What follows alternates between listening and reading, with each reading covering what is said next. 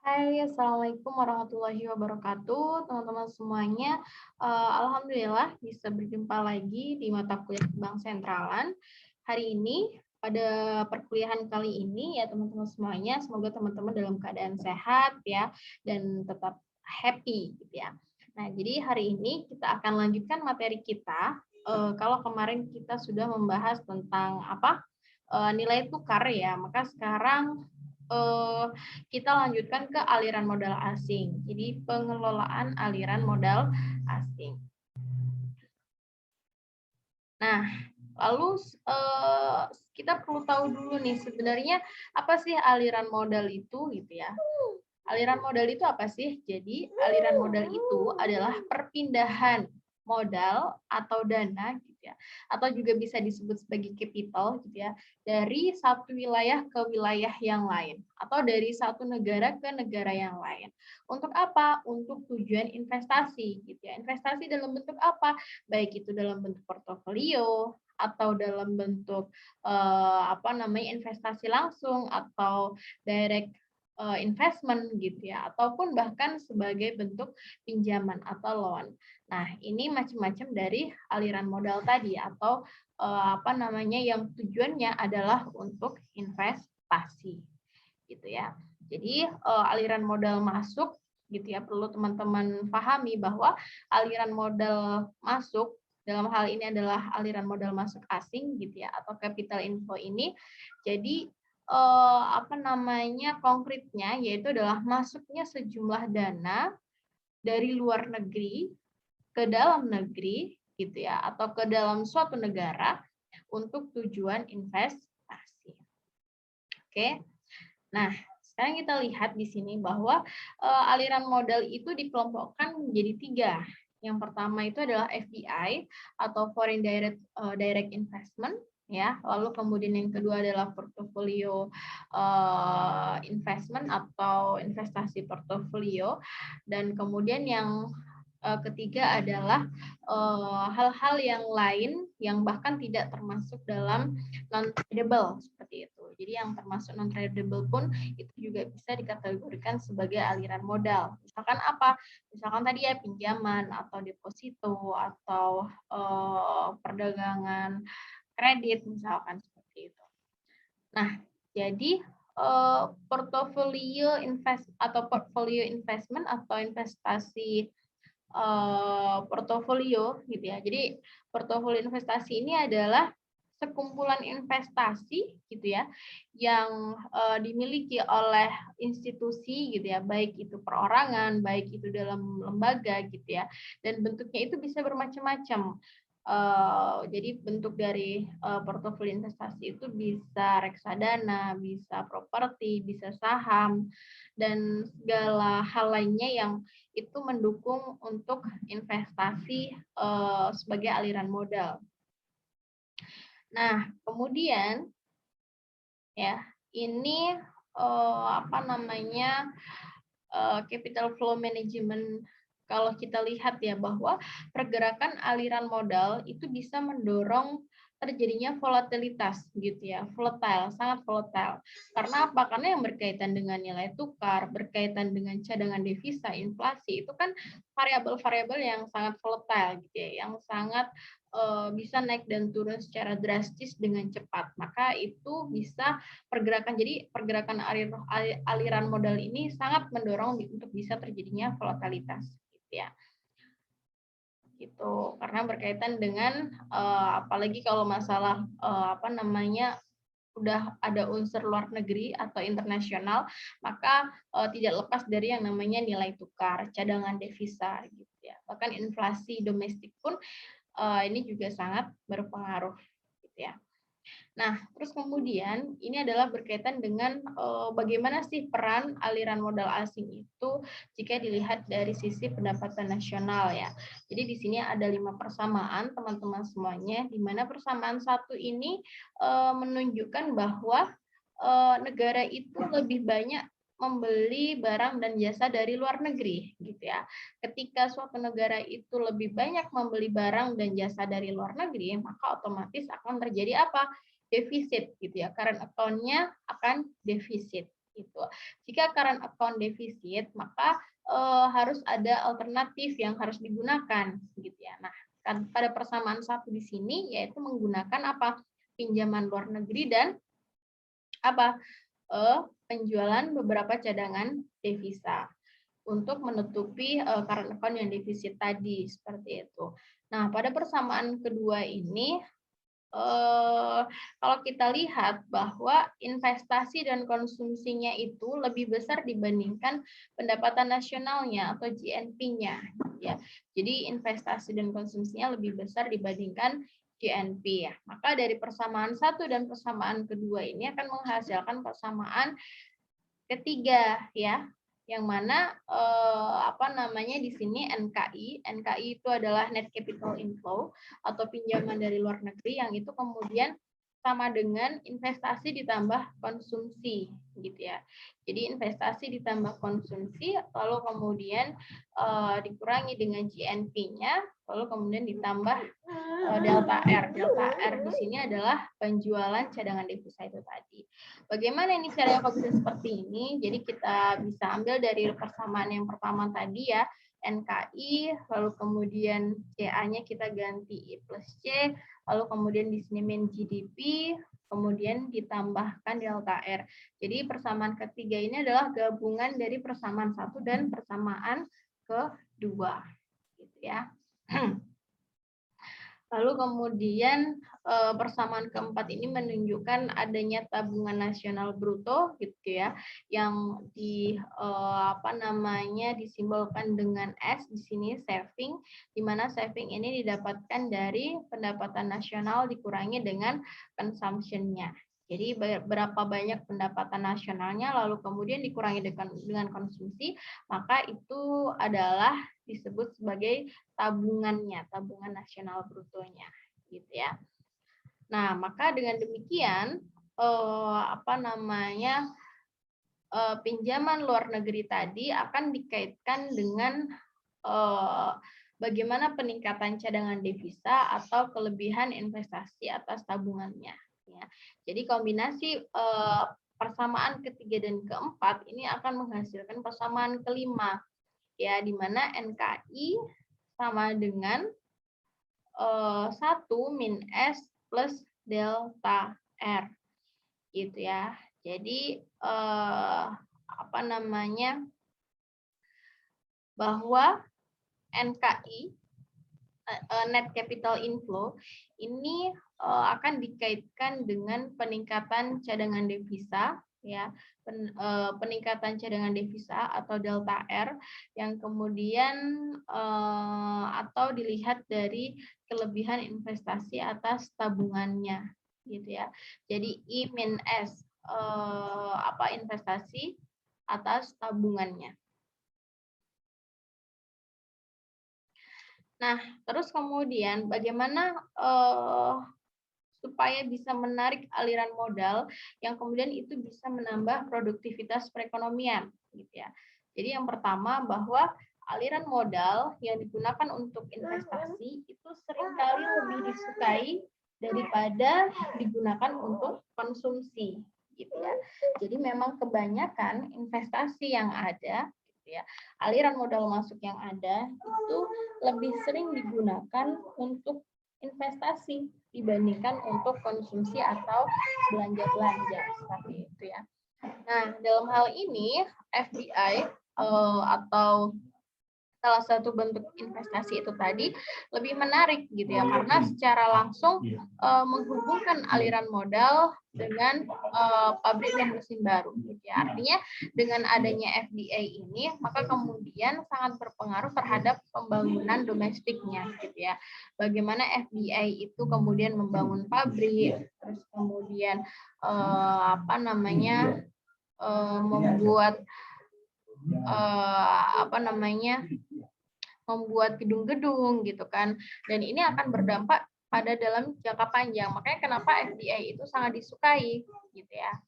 Karena FDI itu salah satu bentuk investasi langsung gitu ya. Jadi investasi yang dilakukan secara langsung atau secara real gitu. Makanya di sini contohnya yaitu adalah pabrik mesin baru. Karena memang contoh dari FDI atau investasi langsung ini kan dengan adanya pembangunan gedung-gedung, pabrik gitu kan, dan ini akan berdampak dalam jangka panjang. Jadi ini juga menguntungkan untuk negara karena dengan adanya produktivitas baru atau pabrik-pabrik baru, maka akan membutuhkan tenaga kerja yang banyak seperti itu. Nah, lalu kemudian tapi kita perlu hati-hati juga dengan FDI ini, gitu ya. Berhati-hati gitu dalam menyatakan jika FDI ini yang lebih menarik gitu. Kita harus perlu hati-hati dengan FDI. Kenapa? Yang pertama bahwa FDI ini dalam beberapa keadaan hanya menggantikan investasi yang seharusnya dibiayai secara lokal gitu ya. Jadi hanya menggantikan tabungan domestik. Jadi dengan adanya FDI yang seharusnya awalnya itu dibiayai oleh tabungan domestik, karena ada FDI maka pembiayaan pembiayaan untuk investasi lokal itu tadi ya, pembangunan tadi bisa menggunakan dengan FDI. Lalu kemudian FDI melibatkan pembelian properti perumahan yang mungkin lebih direfleksikan dengan kenaikan harga properti domestik daripada aktivitas ekonomi. Jadi FDI ini juga terlibat tidak hanya membangun pabrik, tapi juga terlibat dalam pembelian properti ya, dalam hal misalkan perumahan gitu ya. Yang ini kemudian akan berdampak pada kenaikan harga properti gitu ya.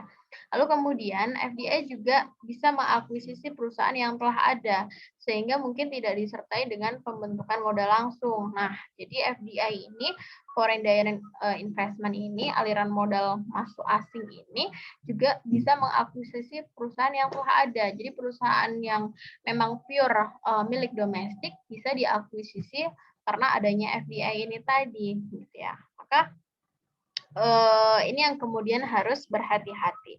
Lalu kemudian yang keempat, juga dalam berbagai situasi bahwa portofolio atau investasi jangka pendek itu bisa saja menjadi cara terbaik bagi perusahaan domestik untuk membiayai rencana investasi. Jadi tidak melulu menggunakan FDI gitu ya, yang itu dampaknya jangka panjang, tetapi dalam jangka pendek pun dalam hal portofolio gitu ya atau investasi jangka pendek ini juga bisa sangat menguntungkan bagi perusahaan-perusahaan domestik di beberapa situasi ya. Lalu kemudian perlu hati-hati juga bahwa FDI itu tidak secara langsung meningkatkan hutang luar negeri gitu ya. Bagi negara penerima, FDI memiliki kelebihan daripada hutang karena pembayaran dividen bisa batal jika proyek bisnis gagal. Ya, jadi dengan adanya FDI ini kemudian tidak serta-merta langsung terhitung hutang, tidak ya. Tapi ketika ada FDI yang kemudian membuat investasi dalam negeri dan jika proyek yang dibuat itu gagal, maka ya kita tidak ada hutang dengan proyek tersebut gitu atau dengan penanaman modal asing tadi gitu ya. Jadi kalau gagal ya sudah gagal. Jadi tidak menambah beban hutang luar negeri gitu ya. Lalu kemudian dalam perusahaan-perusahaan besar banyak juga yang memanfaatkan investasi-investasi seperti saham gitu ya, terus kemudian obligasi, lalu kemudian pinjaman bank dan lain sebagainya gitu ya. Yang ini kemudian bisa menurunkan pilihan perusahaan gitu ya, atau juga bisa meningkatkan biaya keuangan perusahaan. Nah, tapi jika terjadi aliran modal masuk dan otoritas membiarkan apresiasi nilai tukar, maka ini bisa membuat produk asing jadi lebih murah gitu ya. Jadi, jika terjadi aliran modal masuk dan otoritas membiarkan apresiasi nilai tukar gitu kan, maka ini bisa membuat produk asing lebih murah. Jadinya konsumen akan meningkatkan permintaan produk asing yang lebih banyak dibandingkan domestik. Maka apresiasi ini bisa meminimalisir tekanan pada pasar barang dan pasar tenaga kerja domestik yang berujung pada inflasi yang lebih rendah seperti itu. Jadi memang ketika adanya apresiasi mata uang di suatu negara ya, tentu harga-harga produk asing itu jadi jauh lebih murah karena mata uang domestik kita sedang mengalami penguatan gitu ya. Tapi ketika terjadi depresiasi, maka harga-harga produk asing itu akan jadi jauh lebih mahal seperti itu.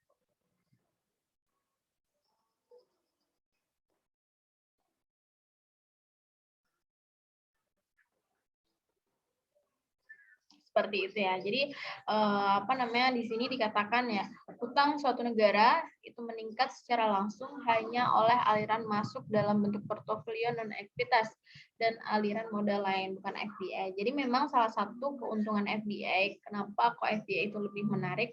Jadi yang pertama, ketika memang adanya proyek dari FDI itu dan jika proyek tersebut gagal, ya sudah berarti gagal dan tidak menimbulkan beban hutang pada negara domestik seperti itu ya. Lalu kemudian kita lihat nih bagaimana sebab dan dampak dari aliran modal asing, aliran modal masuk asing ini ya. Yang pertama bahwa peningkatan potensi supply domestik. Ya, jadi perbaikan term of trade gitu. Seperti kenaikan harga komoditas ekspor akan meningkatkan return dalam perekonomian domestik. Impor modal fisik dan pengetahuan teknis juga dalam beberapa kasus meningkatkan supply potensial. Ya, jadi tentu ketika suatu negara gitu ya meningkatkan ekspornya gitu kan dengan cara menaikkan harga komoditas ekspornya, maka tentu akan meningkatkan return dalam negeri, return domestik gitu ya, atau keuntungan dalam negeri yang kemudian ini akan berdampak pada perekonomian domestik yang semakin meningkat gitu ya, semakin baik gitu. Lalu kemudian dan ini akan meningkatkan supply potensial, artinya ada potensi penawaran yang sangat baik oleh negara-negara lain terhadap negara domestik gitu ya, akan permintaan komoditas-komoditas domestik tadi, sehingga ini yang kemudian bisa meningkatkan permintaan komoditas ekspornya dan juga bisa menaikkan harga komoditas ekspornya gitu ya. Nah, terus kemudian kenaikan permintaan domestik. Jadi kenaikan permintaan domestik ini bisa meningkatkan permintaan uang dan memberikan tekanan ke atas suku bunga dan nilai tukar. Jadi ketika adanya kenaikan permintaan domestik gitu ya, maka tentu ini akan mengakibatkan meningkatnya permintaan uang gitu. Otomatis mata uang domestik itu akan menjadi apresiasi gitu karena ada banyak permintaan uang domestik gitu ya. Jadi tentu ini akan mengakibatkan apresiasi gitu ya, yang ini tentu akan berdampak pada nilai tukarnya gitu. Nilai tukarnya mengalami apresiasi.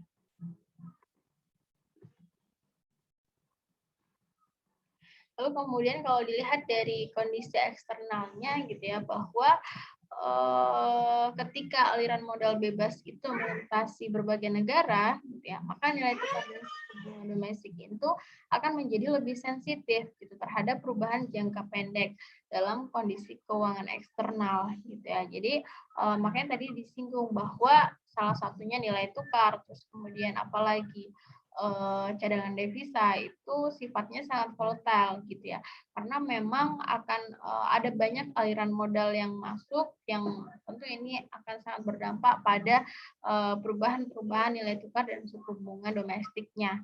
Makanya dikatakan di sini menjadi lebih sensitif gitu ya.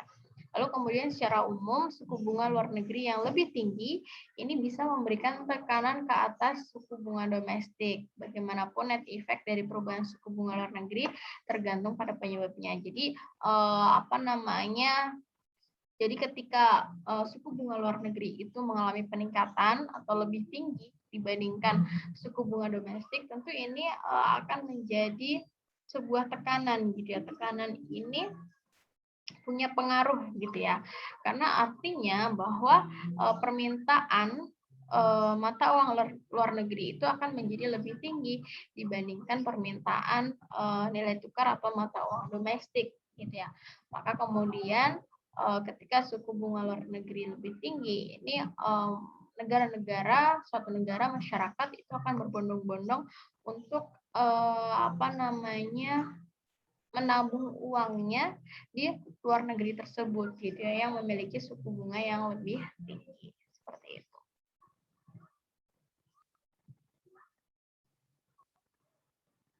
Ini adalah timing gitu ya. Jadi tujuan penting dari investor itu adalah untuk mengidentifikasi pasar yang menguntungkan gitu ya. Jelas namanya saja investasi gitu ya. Investasi itu kan untuk mencari keuntungan gitu kan. Maka tujuan penting dari investor atau pelaku investasi itu dia akan mencari mana sih investasi-investasi yang sangat potensial gitu ya. Maka dia investornya akan mengidentifikasi pasar mana-mana yang bisa menguntungkan si investor itu. Maka ketika dianggap memiliki potensi dan pasar di apa namanya di suatu tempat tersebut akan menguntungkan, ya maka itu akan menjadi pilihan apa namanya investasi bagi si investor seperti itu ya. Maka di sini dikatakan bahwa aliran modal masuk itu sangat sensitif terhadap trigger events yang terjadi. Trigger events itu apa? Trigger events itu adalah peristiwa pemicu ya, atau kegiatan pemicu yang terjadi. Jadi kalau kita lihat di sini contohnya ya di tahun 1995 itu yang terjadi di Republik Ceko dan Slovakia. Di sini ada pengenalan konversi mata uang yang lebih luas. Nah, ini maka kemudian akan menjadi trigger events bagi para investor gitu ya untuk melakukan investasi dalam event-event tersebut gitu ya, atau dalam apa sih trigger events itu mungkin bahasanya kejadian-kejadian tersebut sedang ada apa sih sekarang gitu ya. Jadi sedang booming apa sih, ngetren apa sih, sedang terjadi apa sih di negara A, di negara B, di wilayah A, wilayah B gitu ya. Dan kemudian itu bisa menjadi mana yang lebih menguntungkan untuk investasi gitu ya, karena sedang adanya trigger events tadi. Seperti itu.